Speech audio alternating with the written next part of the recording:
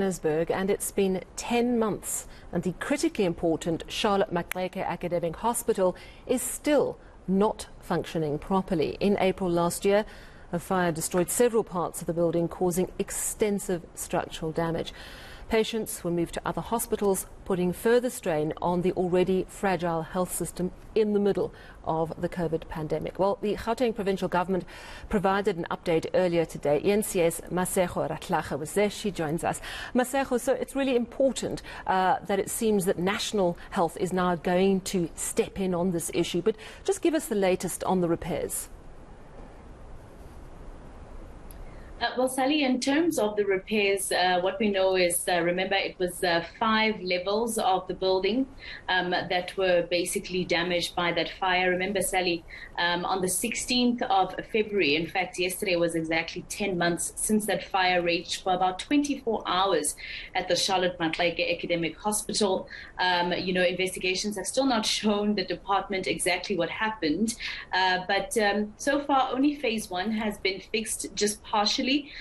From a donation that the hospital received from a company, a solidarity fund. They had donated about 68 million rand to repair phase 1.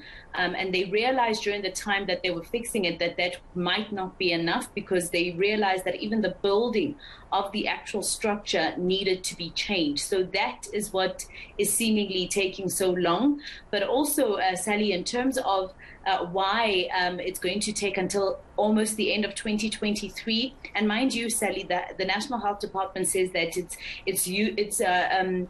preliminary investigations had said that they would only finish with the repairs of the hospital in 2027.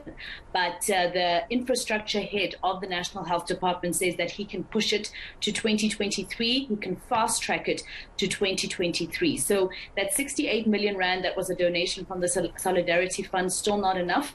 We don't know what the budget is, and basically the repairs are going to take a bit longer because of the structure. But also, Sally, remember when the fire happened, we found out from the city of Johannesburg, engineers and other investigators, that there was no compliance in the hospital and its infrastructure development. So, for instance, the fire department had said that the hydrants had no water, for instance. So things like that have also had them basically starting over in some parts of the hospital. So what we know right now, Sally, is that it was supposed to be 2027. So remember when the Gauteng Premier David Makhura had actually said 7 days last year in April. 7 days became more. Now we are 10 months, and now we're finding out that it's going to take another year. Likely they're going to push it until then, but we don't know if that will exactly be the dates. That's their prediction. That's what they're hoping for. But here is the infrastructure development head in the National Health Department talking about why they think in 2023 might be a possibility. There are also maintenance needs that are supposed to be covered for the facility. Those maintenance needs, they also form part of the compliance issues that were identified by the city of Johannesburg. So the aim is to make sure that we attend to those maintenance needs. They are also form part of the project plan. We are intending to complete the package before the end of 2023, which is next year. To complete the whole thing. I think the initial arrangement was 2027, but I'm planning to fast-track everything. The approach is going to be an accelerated approach where milestones will be flowing parallel to make sure that we cover as many items as possible within a short space of time. It was really interesting during the briefing, but what also came up is that there was a concern about spending money, that there were a lot of blockages put in the way because of the worries around corruption. And of course, let's not forget, this was when the PPE corruption was coming to light, and there was great concern about how money was being spent and possibly abused as well. So there's been a lot of roadblocks on the way. But what I found fascinating is that they still don't really know how the fire was caused. I mean, initial reports was that it was a security guard in the parking basement lighting a fire to keep warm. What did they say about the cause of the fire today? So the simple answer to that, Sally, is that they don't know. 10 months later, they don't know what caused the fire.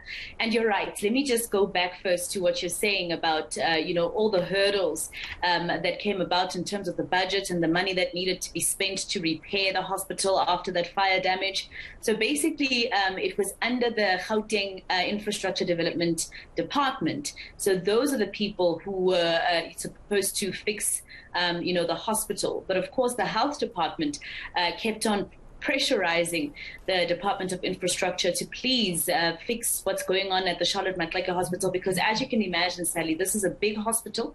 It's an academic hospital that not only caters for Johannesburg, it caters for the province, the country, and even some parts of the SADC region. So even, patients from a place like Botswana or Zimbabwe or even Mozambique would be transferred to the Charlotte Maxeke Hospital. It's also a hospital that it's the only hospital actually that has the capacity, the full capacity for cancer patients. So this meant that all the cancer patients had to be taken to other hospitals, like your Chris Hani Baragwanath, as well as your Steve Biko, who don't have the kind of facilities and doctors at Charlotte Maxeke. So it meant that that backlog that was already there, Sally, before the fire, it's now gone even higher. So remember that report that the Special Investigating Unit gave to the Gauteng Premier David Makhura last week. It also involved that 430 million rand tender irregularities from the education department in the province. That's where they realized that there's not really a proper functioning between the DID, that's the Department of Infrastructure Development, and the different departments that need them to build, for instance, your schools and your hospitals.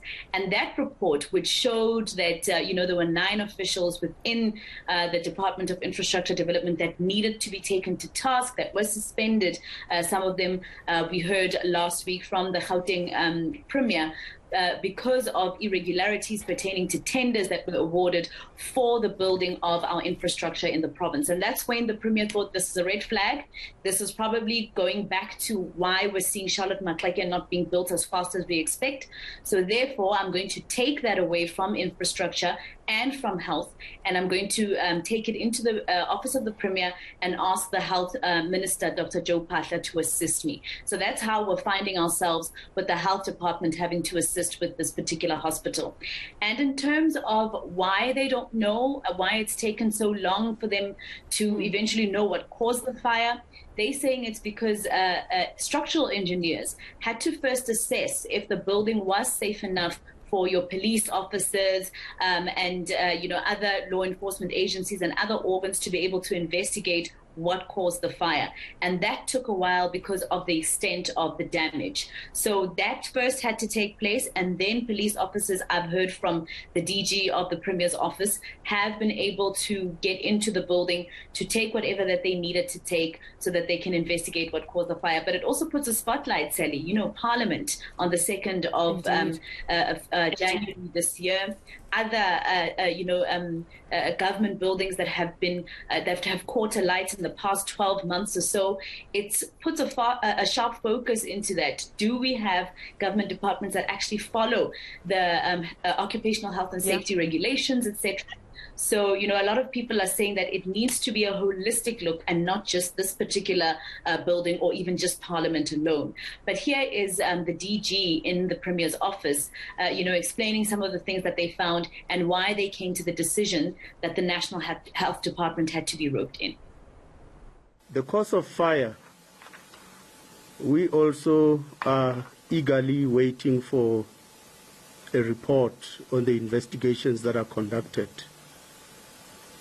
You would know that when fire occurs, there are institutions that have to conduct such investigations.